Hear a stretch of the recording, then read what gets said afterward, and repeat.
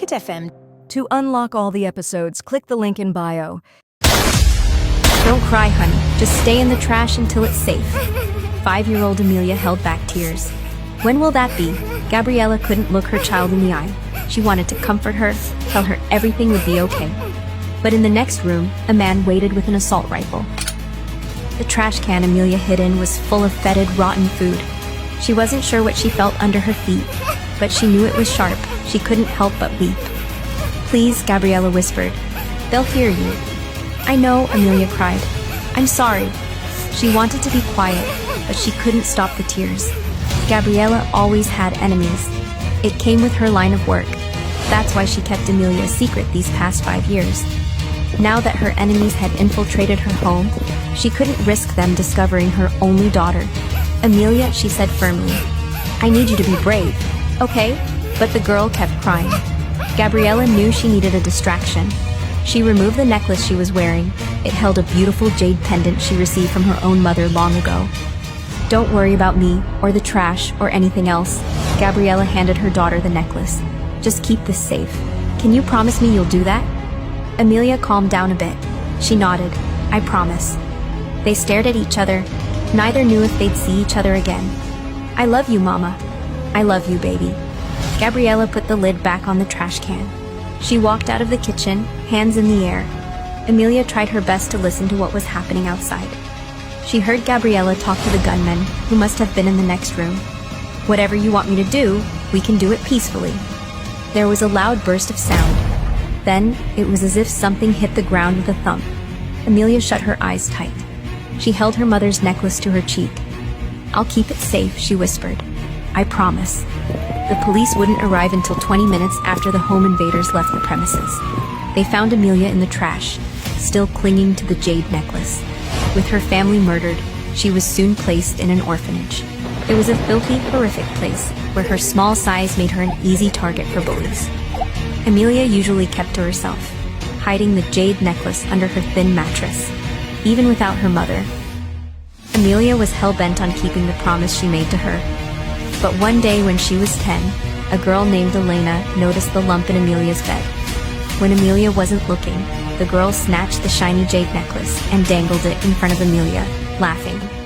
That's mine! What's going on? Elena stole my necklace. Not true! It's mine! The new girl is a liar and a thief! Neither one of you should have a necklace like this. The man snapped. I'd take it, but there's a man out front asking for someone with a necklace just like this. However, she was shocked when the worker grabbed Elena's hand and led it to the lobby instead. Amelia watched as an elderly man in an expensive silk suit examined the jade jewelry on Elena's neck. That's the necklace, He said definitively. This girl is the heir. Amelia was about to yell that they had the wrong girl, but at that moment she was grabbed by 2 workers, taken to a dungeon, and whipped repeatedly for stealing. While her back was lashed with leather straps, she peered out a window and saw Elena getting into a fancy limousine with the elderly man. Elena looked over, as if she could feel Amelia staring at her. An evil grin spread across Elena's face. For Amelia, the beatings continued for another year, until she was finally adopted by Raphael. Except the abuse didn't stop there. Even though Amelia's adopted father, Raphael, loved her, her new mother and new sister tormented her. Valentina, her new mother, and Sophie, her new sister, ridiculed her. They slapped and punched her whenever Raphael was at work. Not only were they jealous of the attention that Raphael gave her, but they also blamed Amelia for their family's economic problems. Because she came along, the family was comfortably upper middle class. But then Raphael's chain of stores started failing.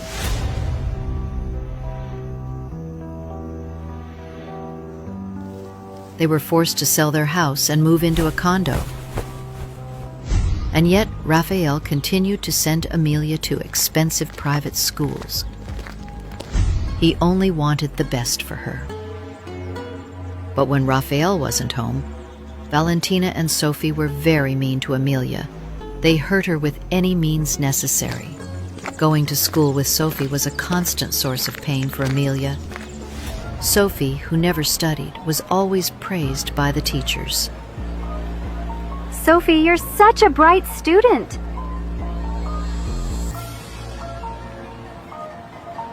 They would exclaim, holding up Sophie's perfectly done assignments. What the teachers didn't know was that Amelia had stayed up late every night, completing Sophie's homework while neglecting her own. Amelia, why can't you be more like your sister? She's so pretty and smart. What's wrong with you? The words would sting Amelia, making her feel invisible and worthless. She longed to shine, to show her own intelligence. But Sophie made sure that never happened. At home, it was no better for Amelia. She mostly stayed locked away in her small room. Downstairs, she could often hear the sounds of Valentina and Sophie enjoying lavish meals. Sometimes they even had friends over, their laughter echoing through the apartment, while Amelia remained alone. Food was a rare and unwelcome visitor to Amelia's room. She was served only once a day, a small plate left outside her door. Often, the knot of anxiety in her stomach would be so tight that she couldn't bring herself to eat even that small offering. The smells of the delicious food from downstairs would sometimes drift up, a cruel reminder of the warmth and companionship she was denied. Despite constant torment from Valentina and Sophie, Amelia found comfort in Charles, the one person who truly saw her worth. Their friendship, rooted in childhood, had grown into a deep and tender love. Charles was her safe place, always kind, always there. Sophie, bitter with jealousy, hated that Charles had chosen Amelia over her. Determined to destroy their bond, she began spreading cruel rumors, claiming Amelia was sleeping with boys for money. Then she took it further. In a vile act of humiliation, she scribbled Amelia's phone number on the boys' washroom wall with the words, "I am a dirty whore. Call me for a good time." The rumors and graffiti spread quickly through school. When Amelia found out, she ran home, heartbroken, hoping Valentina would understand. With shaking hands, she told her everything, about the lies, the shame, the cruelty. Valentina listened, her face unreadable. Then came the smirk. "Where did she lie, Amelia?" She said coldly. "You are a dirty slut. I won't punish my daughter for speaking the truth." What would Valentina have said if she had known Amelia's true identity? Would her tongue not have trembled before uttering such degrading words? Valentina's words crushed Amelia. Tears filled her eyes as she ran to her room and stayed there. Over time, the pain dulled. She stopped feeling anything at all. Her memories from before the adoption faded. Even the jade necklace felt like a distant dream. One morning, a hesitant knock on her door startled her. It was Raphael's voice, gentle and concerned, asking her to come downstairs for breakfast. With a heavy heart, Amelia dragged herself out of bed, expecting the usual cold atmosphere. But to her surprise, the table was laden with a huge breakfast spread, more food than she had seen in months.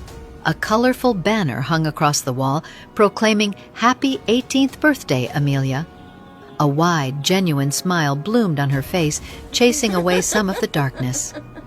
Between the turmoil at home and at school, she had forgotten it was her birthday. Raphael gave Amelia a big hug, kissing her forehead tenderly. He served her a generous portion of hash browns, remembering it was her favorite.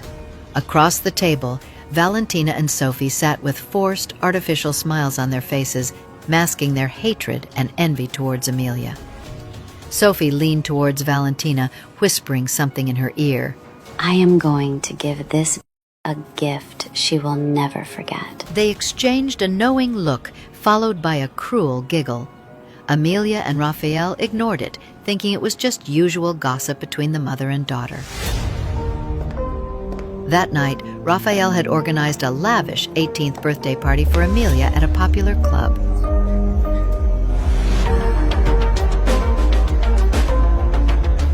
Dressed in a stunning gown, Amelia looked radiant. For the first time in what felt like an eternity, genuine happiness bubbled within her. She laughed with Raphael and a few of his friends who had come to celebrate.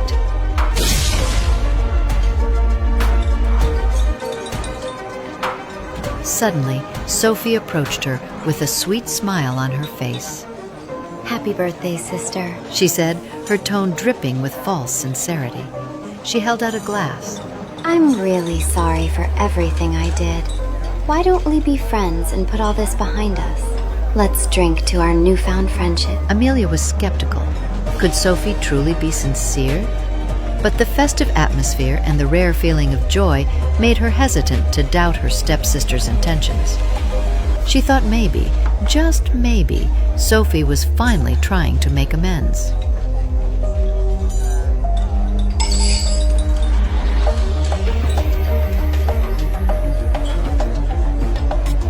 But Amelia had no idea this one mistake was about to change everything. She took the drink Sophie offered and took a sip.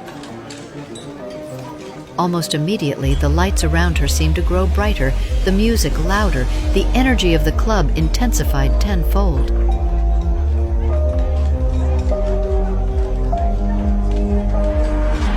Amelia giggled, a strange lightness taking over her body. She was high. Sophie had laced her drink with ecstasy, a potent drug. Sophie's gift was not reconciliation, but a cruel act of sabotage, hoping to see Amelia lose control and create a scandal. The drug had melted Amelia's inhibitions away, and she was dancing and partying with no care in the world.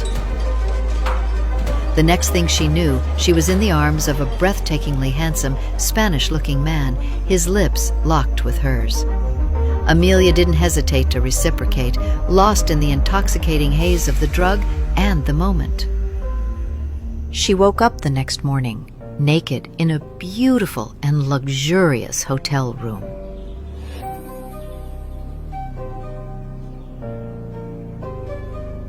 A lingering warmth still tingling through her body from the previous night's passionate encounter. A soft smile touched her lips as she stretched in the large bed. I can't believe I lost my virginity to a stranger last night. She looked beside her, expecting to see the handsome stranger, but the space was empty. A slight frown creased her brow. Where did he go? She murmured, sitting up and pulling the silken sheets around her. She searched the room, her initial confusion turning into a flutter of disappointment. He was nowhere to be seen. Just then, the doorbell rang. A wide smile bloomed on Amelia's face. He came back, she thought, her heart skipping a beat. She hurried to the door and swung it open, but the sight that greeted her was far from what she expected. In a matter of seconds, the room was stormed with a team of armed bodyguards, followed by a man in a suit. Amelia froze. There was something about men dressed in black suits that took her back to her childhood. They were followed by a stern man in a suit. Sweep for weapons and recording devices. Check your belongings.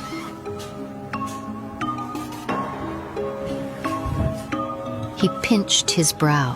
I don't know what he was thinking about betting a stray local without screening her first. If the suited man had known who Amelia truly was, would he have had the courage to speak such filth aloud? Don't touch me! What do you want? Amelia screamed at the suited man. Mr. Cortez, attorney at law. My client is the gentleman you spent the night with. He shoved a paper at her. Sign this NDA and leave. Her head spun. Where is he? She couldn't remember his name. Wait, did he even tell me? Who the hell did I sleep with? And why does he have a SWAT team? Is he the son of some kind of mafia boss? Amelia thought.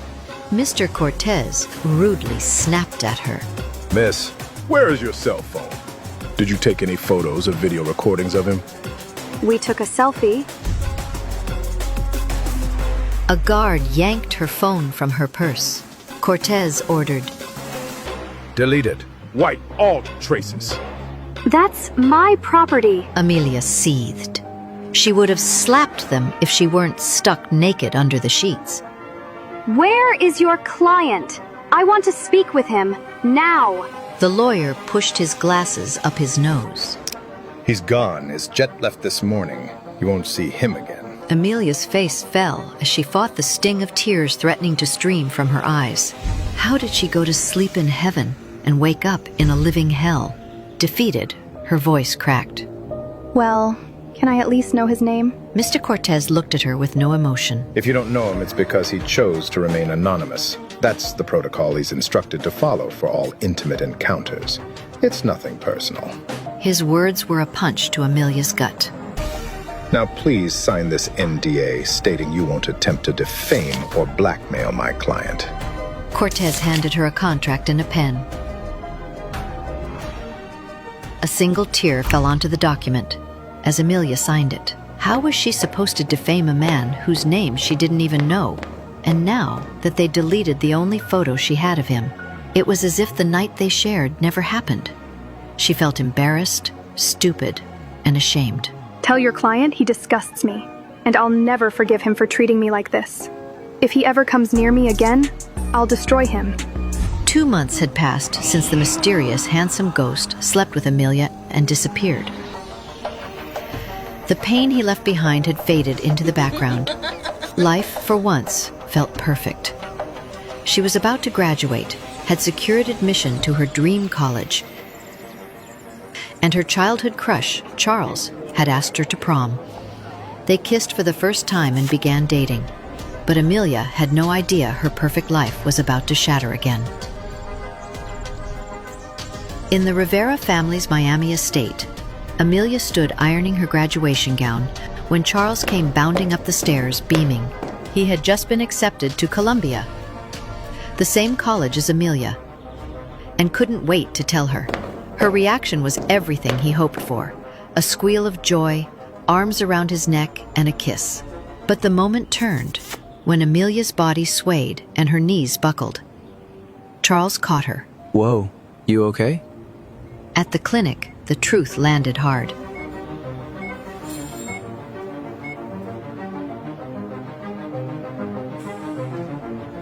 This has to be a mistake. Charles said.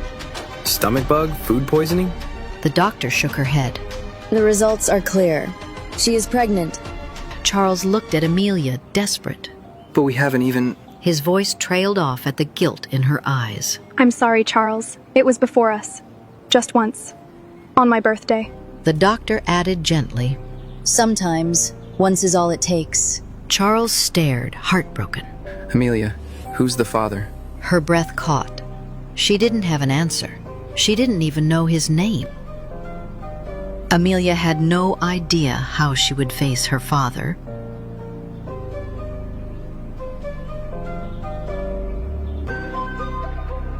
Disgraceful! Rafael Rivera's voice roared as he flipped the coffee table. Amelia and Charles sat frozen before her furious father. How could you be so reckless? Charles, you animal! Dad, it wasn't Charles. Amelia cried. He's not the father. Raphael's eyes narrowed. Then who is? I don't know. She whispered. Sophie chimed in, smug.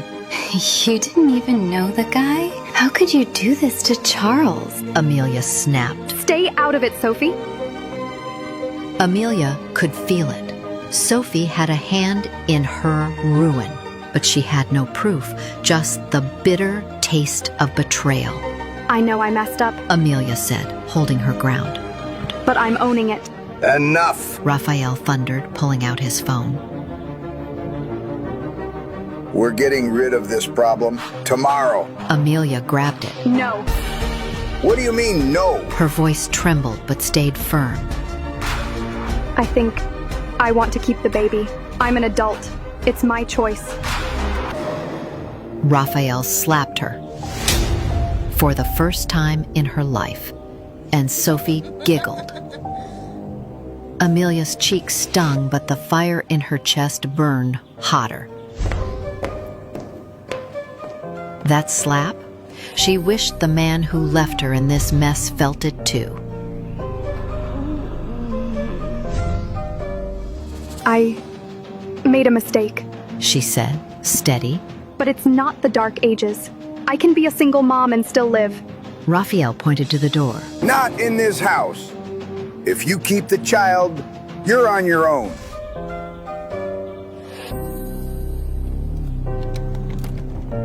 Amelia walked out. And Charles followed, pleading with her to stay. Through tearful eyes, she told him he deserved better.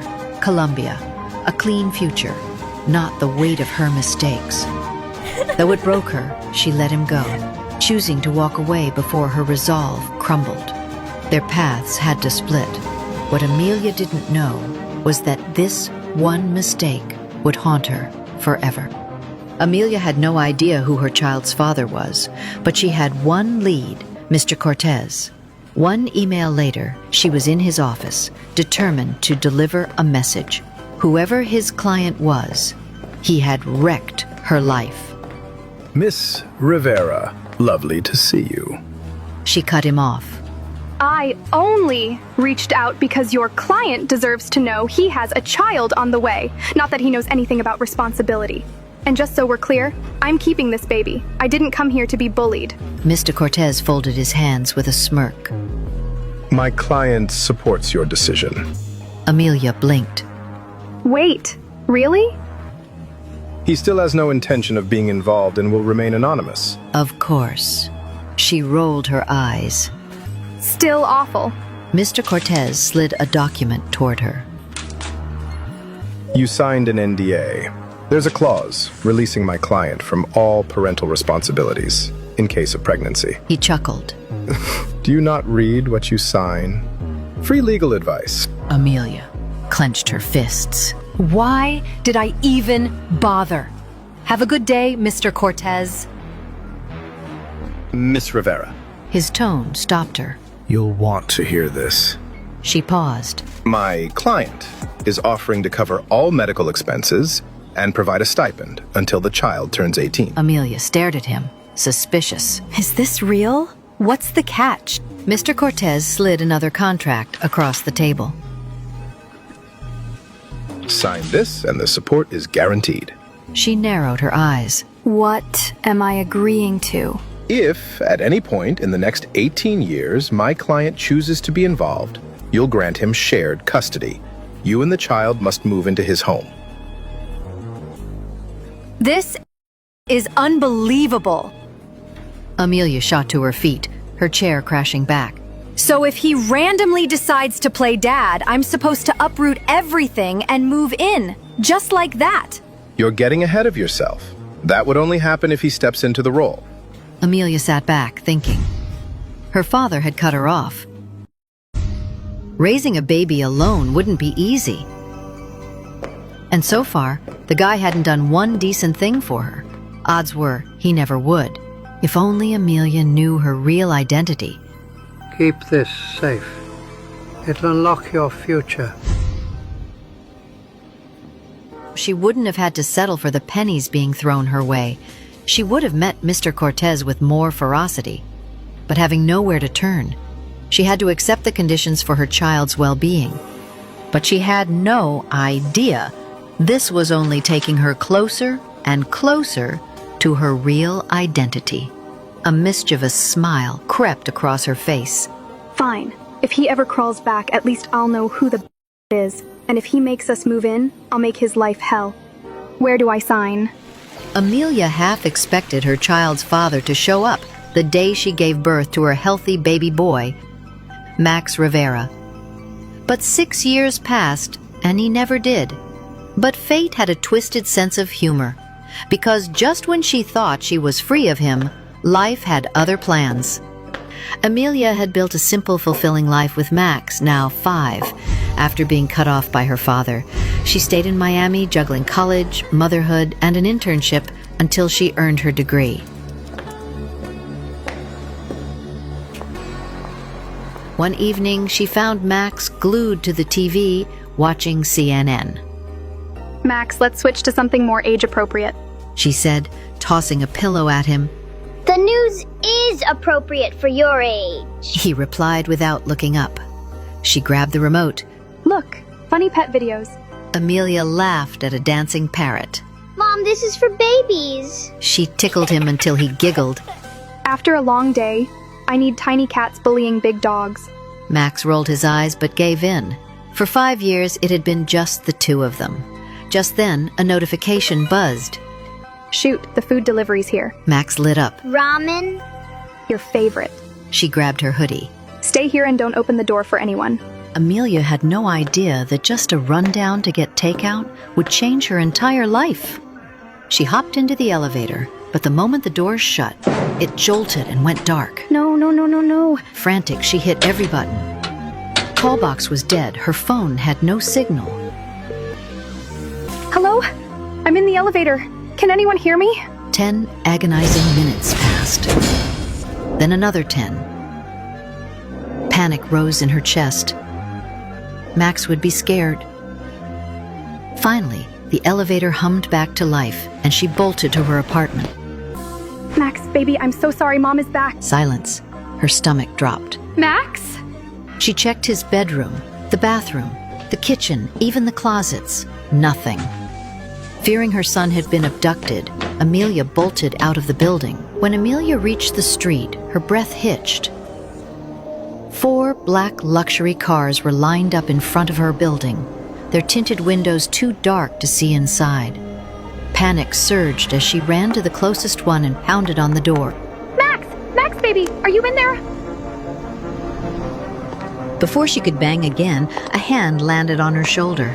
A familiar voice spoke behind her. It's okay, Miss Rivera. Max is with us. She spun around, heart pounding, and froze. Mr. Cortez? The last person she wanted to see. Her fear flared into fury. Where is my son? Mr. Cortez stayed calm, arms crossed. Your son is safe, I promise. Amelia barely heard him. Where is Max? He nodded toward the middle car. He's inside, with his father. Everything stopped. I'm sorry, did you just say his father? Her blood roared. She rushed toward the limo, but a wall of bodyguards blocked her path. Miss, please step back. One said firmly. You need to calm down. Calm down? Amelia snapped. He can't just take my child. Her mind raced.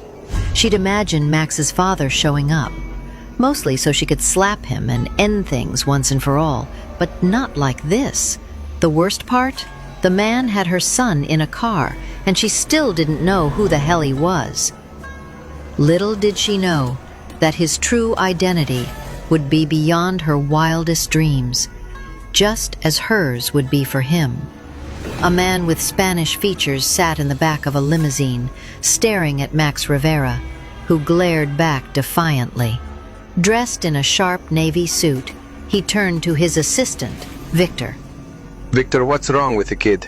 Victor hesitated. He bit the guard who carried him. The man smirked. Good. Serves him right for not following my instructions. I told you to invite the boy and his mother, not abduct them. Max interrupted. Then let me go back to my mom. She'll be mad if I'm not in the apartment when she comes back. And trust me, you don't want to see her mad. Before Javier could answer, a staff member popped into the car. Sir, there's a situation. The VP needs an emergency video call. Javier grunted, frustrated. Very well. I'll take the town car back to the office and leave this one here. He turned to Max with a grin. Sorry, I have to run. But I look forward to spending more time with you. Goodbye. As Javier left in a town car, Amelia was ushered into the limo to be reunited with her son. Max, thank God you're okay. I'm so sorry, sweetie. The elevator got stuck again, and when I got back... She was relieved to see him unharmed. Max took her hand. Mom, it's okay. I'm all right.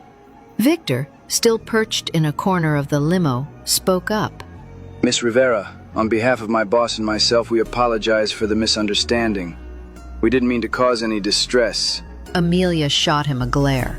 Is your boss crazy? Where is he? She was furious that the man had managed to slip away before she could confront him. Miss Rivera, unfortunately, my boss had to attend to an urgent matter, but he's invited you and Max to join him for dinner tonight. His driver can take you both to his estate now, if you'll allow it.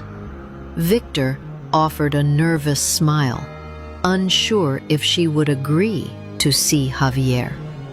With a sharp glint in her eyes, Amelia replied, I will absolutely join your boss for dinner. Tell him I can't wait. She needed answers, and she'd make it clear that no one was taking her son without a fight. Max leaned in and whispered in her ear, Mom, the man that was here before, he said he's my dad. Amelia's heart tightened. This was not the conversation she expected. It's a complicated story.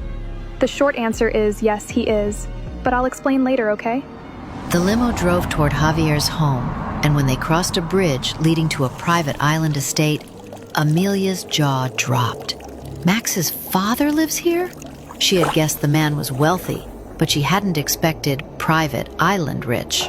A member of the staff led Amelia down a long corridor to a lavish suite. Please make yourself comfortable here, Miss Rivera. The attendant said politely. You can wait here until you're called for dinner.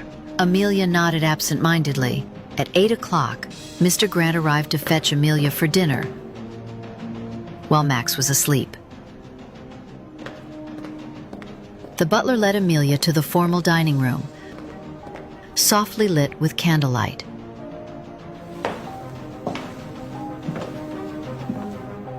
Just as she took a glass of wine to calm her nerves, footsteps echoed outside the dining room, making her heart race. The door swung open, and there, standing in the doorway, was a tall, striking figure with a commanding presence. Amelia's breath hitched when he stepped into view. It is you. Amelia stood frozen, her heart racing as she took in Javier's face, sculpted, suave, and now even more alluring. It irked her that someone so vile could look this good. While she fought a flood of emotions that swelled inside, Javier's piercing dark eyes took in all of her and were struck by the sight. Her soft olive skin and chestnut hair were radiant in the glow of the candlelight. Javier took a step closer.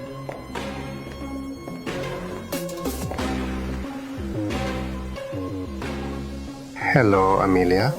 His voice, smooth and familiar, hit her like a wave. She fought to suppress the flood of emotions. Tell me, how have you been? His question was maddening. 6 years of resentment, and now he was asking how she'd been. Without thinking, Amelia's hand shot up and struck him across the face. The sound of the slap echoed through the room. Javier's eyes darkened. Before she could react, bodyguards pinned her to the wall. Had Amelia been raised in her biological mother's home, she would have been shadowed by bodyguards at all times. Instead, here she was, forcibly pressed against the wall, helpless. Javier's head of security turned to him. Your Royal Highness, are you okay? Javier growled. I'm fine. She's fine. Leave us. The guards retreated, and Amelia, still furious, demanded. Who the hell are you? Why did that man refer to you as Your Highness? Javier licked a small cut on his lip and smirked. I am Javier Calderon, the Crown Prince of Spain. You expect me to believe you're a prince? Stop playing games with me. Amelia stepped toward Javier, but he raised a warning hand. Don't. The first slap was free. Hit me again, and I'll take it as flirting. No one had ever dared strike the prince. Always surrounded by sycophants, he found Amelia's defiance both shocking and fascinating. Get over yourself. She snapped. Tell me who you really are. Javier sat, feigning boredom.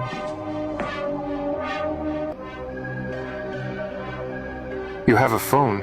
Google it. Skeptical, she searched for the current Prince of Spain. Dozens of articles confirmed it. Javier Calderón, Prince of Spain. Her head spun. Amelia steadied herself. Okay, Prince Calderón, what do you want? Why show up now? He straightened. Quite simply, I want my son. He should live with me. Amelia shot up, lioness instincts flaring. You have no right. You abandoned him, and now you want to waltz in and wreck his life again. Javier stepped closer. Voice grave. I believe you've forgotten the contract. Technically, both you and Max are contractually obligated to move in with me. But I'm reasonable. I won't force you. Max, however, will be moving in. Amelia shot up. You can't remove a child from the only home he's known. You had him for 5 years. It's my turn. Maybe that's karma for seducing a girl on her birthday and ditching her the next morning. Javier's jaw tensed. He said nothing. You don't get to call the shots just because you're a prince. Kids adapt. His life will be better here. That apartment of yours, it's a death trap. Remember the elevator? My men got in within minutes. She rolled her eyes. Abducting your own son isn't proof of anything. It proves it's not safe. Here he gets top doctors, real security, and a yard. Don't pretend that rundown building of yours is better. She couldn't argue with the resources. I know you can give Max more. He deserves that. But I won't send him to live with a stranger. He smirked. Stranger. We know each other intimately. She flushed. He grinned. But I agree, let's do that. Her guard went up. Do what? You said Max should only live here if you move in too. Fine. I want my son in a 2-parent home. You're twisting my words. Didn't you say Max deserves the best? So what's the problem? He had her cornered. If Max stayed, so would she. But she had terms. Your estate's far from my internship. I'll need a chauffeur. Javier's eyes lit up. Setting terms? I like that. Done. She locked eyes with him.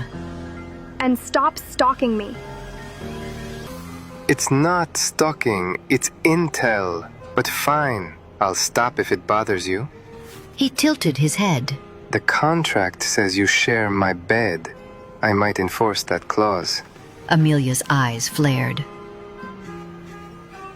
I'd rather die. I'm not some harem girl you can handcuff to a headboard. He chuckled. Teasing. Who said anything about handcuffs? Dirty mind. That did it. She raised her hand to slap him.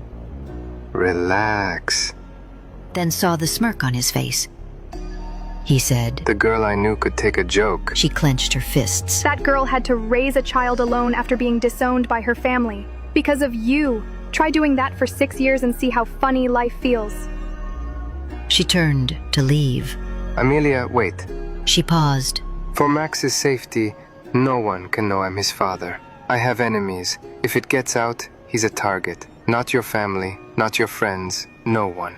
Her chest tightened. As much as it hurt, she understood. You don't have to explain. I get it. Good night, Amelia. It was good to see you. She said nothing and walked out. Javier watched her go, a slow smile forming. The only woman who ever dared strike him now lived under his roof. He had a lot to make up for. He just hoped she'd let him. Javier was back to claim what was his. But Amelia had no intention of making it easy for him. A week passed since Amelia and Max moved into Javier's estate, but it still felt surreal. Days ago, she had to choose between groceries at the supermarket, putting back her own shampoo to afford Max's. Now she was in a villa with a staff catering to her needs. Amelia, of course, had no idea that this was the life she was supposed to lead, but was snatched from her at a young age. She had forgotten all about the necklace and her dreaded life at that orphanage. After struggling for the bare minimum for so long, all of this was new for her. On top of this, she dreaded running into Javier. To her relief, he had been away all week on business. She entered her bedroom and sat at her desk in the annex office, trying to catch up on work.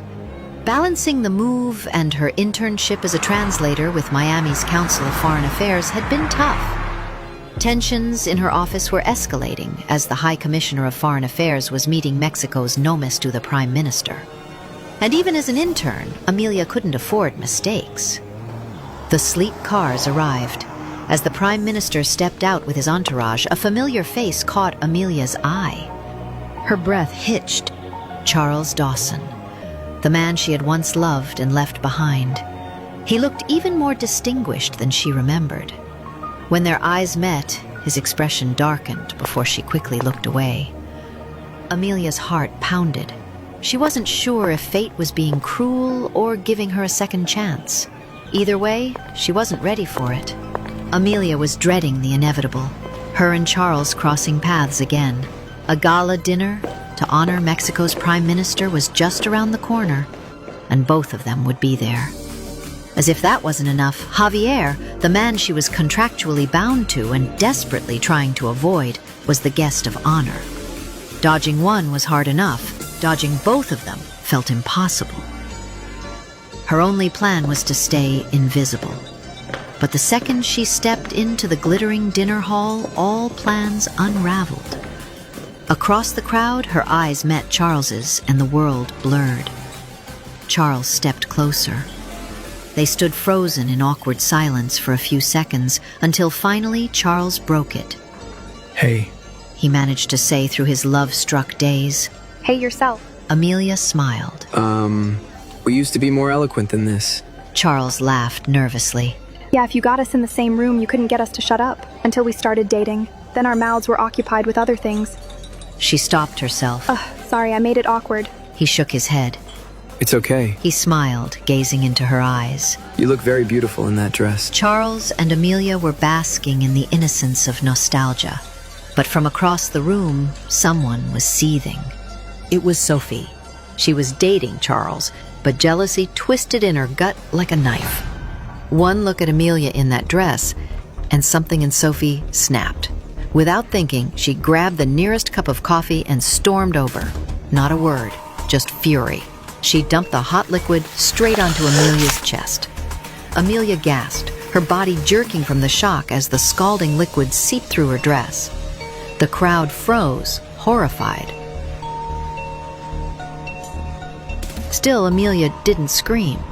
She stood still, lips pressed tightly together, her composure unwavering even as pain surged through her, and her gown clung, ruined and revealing. Sophie stood there, chest heaving, daring her to react. You always did like stealing the spotlight. Sophie hissed, eyes blazing. Guess now you've really got it. Amelia looked down at the soaked fabric.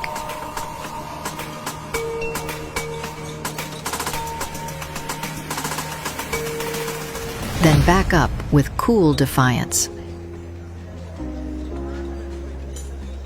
If you wanted attention, Sophie, she said, voice steady despite the burn. You could have just asked for a hug. A ripple of gasps moved through the crowd. That's when the commotion began. Shouts, footsteps, the rustle of uniforms. Prince Javier was cutting across the floor with his staff close behind. Sophie straightened instantly, tossing her hair back, trying to arrange her face into something sweet. But Javier didn't even glance her way. He strode past her like she was invisible and stopped in front of Amelia. Good evening, he said, voice calm but with an unmistakable authority. The room held its breath. He gently tilted Amelia's chin up, inspecting her face with quiet intensity. Then his gaze dropped to the red mark spreading across her chest. Fetch me a doctor. She's injured. He ordered his aide, Victor. As Victor rushed off, Javier's sharp gaze shifted to Sophie, who shrank beneath its chill. Without a word, he turned and walked away, fuming. Sophie leaned in toward Amelia, her voice dripping with spite. He wasn't interested in you, Amelia. That was pity. Men like him don't look at girls like you. Amelia didn't flinch. You sure it's not you who wants him to look? Before Sophie could snap back, the medic arrived. Miss Rivera. Prince Caldron has requested that you receive immediate treatment.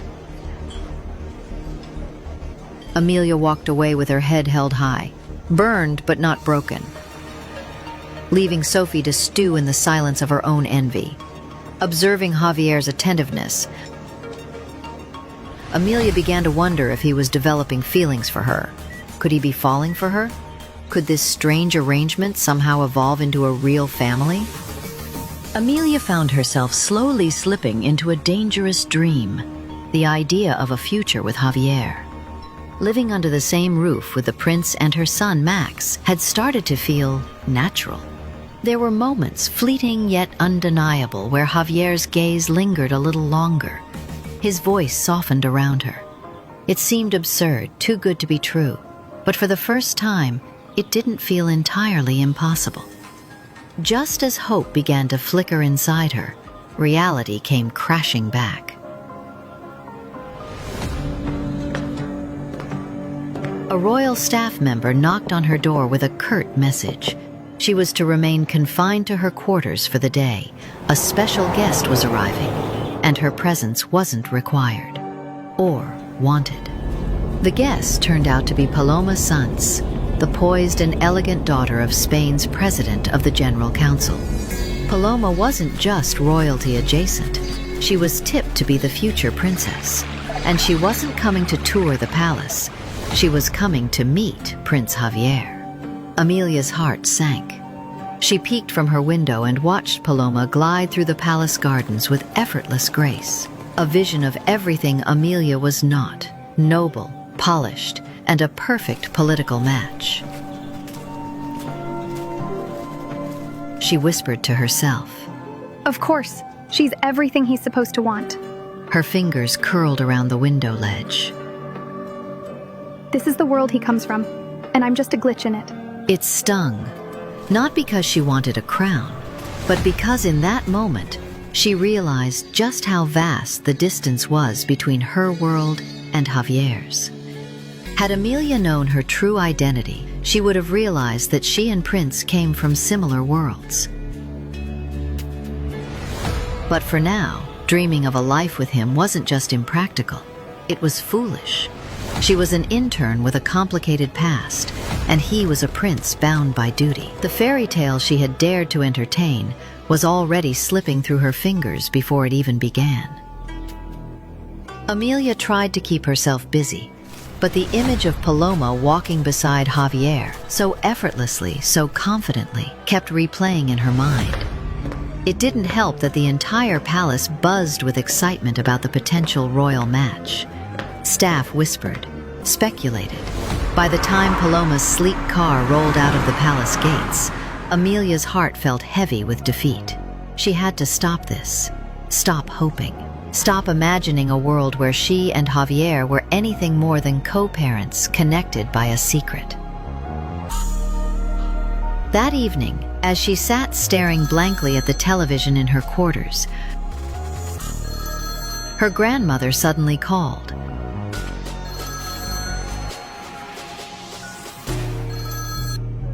Her voice like a gust of fresh air.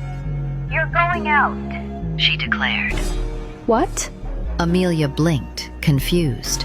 "I set up a date for you, a blind date."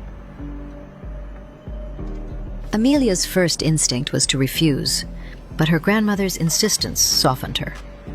Apparently the man was a school teacher, decent, though not particularly handsome, and working a modest job in a local public school. Normally, Amelia would have hesitated, but tonight she had no energy to resist. Maybe a date with someone grounded and simple was exactly what she needed. A reminder that her heart didn't have to stay tangled in royal fantasy. She agreed. She didn't expect fireworks. She didn't even expect to like the man. But at least she could convince herself that her world hadn't stopped turning just because Javier's had continued without her. So, she threw on a casual dress, pulled her hair back, and left the palace grounds. She was unaware that her quiet attempt to move on would lead her straight into the crosshairs of something far more complicated. The cafe was nestled in a quaint alleyway on the quieter side of the city. She took a breath. This was a new beginning. Maybe not magical, but simple, safe. But as she walked towards the cafe entrance, a prickling sensation crawled up her spine, the kind that whispered, "You're being watched." She glanced over her shoulder, her gaze scanning the dimly lit street. A man in a gray jacket stood across the road, pretending to look at his phone. Another, in a cap pulled low, lingered by a bakery, not even pretending to have a reason to be there. Her instincts kicked in. This wasn't ordinary. She walked a bit faster. The bell above the cafe door jingled softly as she entered, but her attention stayed on the men outside. She took a seat by the window, watching. They didn't follow her in, just watched. Carefully, casually, chillingly. Was she being paranoid? Were they Javier's men? Or something far more sinister? Amelia hadn't informed anyone about the date except her grandmother, and she certainly didn't have the reach to organize surveillance. As she sat, trying to steady her nerves, the door opened again. She looked up, expecting the nervous schoolteacher she had been told about. But what stepped in instead made her forget the watchers outside completely. The door swung open, and Amelia's eyes instinctively scanned the entrance. The man who walked in was nothing like the meek, bespectacled schoolteacher she had envisioned. He was tall, well-groomed, with a sharp suit that hinted at a level of wealth she hadn't anticipated. His dark hair was neatly styled, and his smile, bright, confident, and easy, was the kind that could charm anyone. Amelia? He asked, his voice warm, laced with an easy charm that immediately put her at ease. She stood up, slightly taken aback, but not displeased. Yes, and you are? He smiled, extending his hand with effortless confidence. Let's just say I'm your evening upgrade, but you can call me Tomas too. Amelia had no idea that the original blind date her grandmother had planned for her was actually intercepted by Tomas. But why did he lie to Amelia? What was his intention?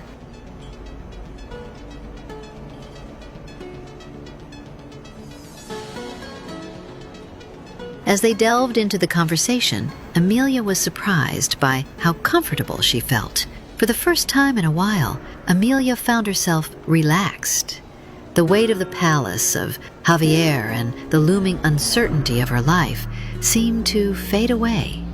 Tomas was a breath of fresh air, normal, uncomplicated, and for once, she allowed herself to imagine the possibility of something simple, of a future where she could actually find happiness. Maybe there was hope after all, or was Amelia going too fast again? The date with Tomas ended on a high note. Amelia walked out of the restaurant with a smile, the evening having unfolded in a way she never expected. She was genuinely enjoying herself for the first time in a long while. Tomas's humor and charm had made her forget about the complexities of her life. Javier, the palace, the uncertainty. For a few hours, she felt like a normal woman on a normal date. However, the reality was far darker than she could have ever imagined, because Tomas hadn't come to meet the sweet, girl-next-door version of Amelia. He came to meet someone from the highest echelons of power. Though Amelia herself was unaware of who she truly was. Later that night, after dropping her off, Tomas made his way to meet his brother, Pablo Flores, Spain's first deputy prime minister of finance. The men who were keeping watch on Amelia were already there. The meeting was set in an office where Pablo and Tomas discussed something far more sinister than Amelia could have imagined. Tomas entered the office, and Pablo gestured for him to sit. How did it go? Pablo asked, his tone calculating. Tomas nodded, a flicker of satisfaction in his eyes. She's more receptive than we thought. I think we can move forward with the plan. Pablo's eyes gleamed with cold precision. Good. We can't waste time. Our goal is simple. Amelia needs to fall for you quickly, but you mustn't get attached. Remember, this is about the bigger picture. Tomas hesitated, but nodded. He knew exactly what his brother meant. Their job was to charm Amelia, make her believe in a future with him and gain her trust. But there was a deeper, darker purpose at play, one Amelia could not have anticipated. Pablo leaned forward, the air in the room growing tense. She's the daughter of Gabriela del Rio, an oil heiress with royal blood. Amelia doesn't know it yet, but she's a princess. We need to move quickly before anyone else catches wind of this. Amelia, unaware of the web being spun around her, continued to go about her life. She had no idea she was once again at the center of someone's scheme.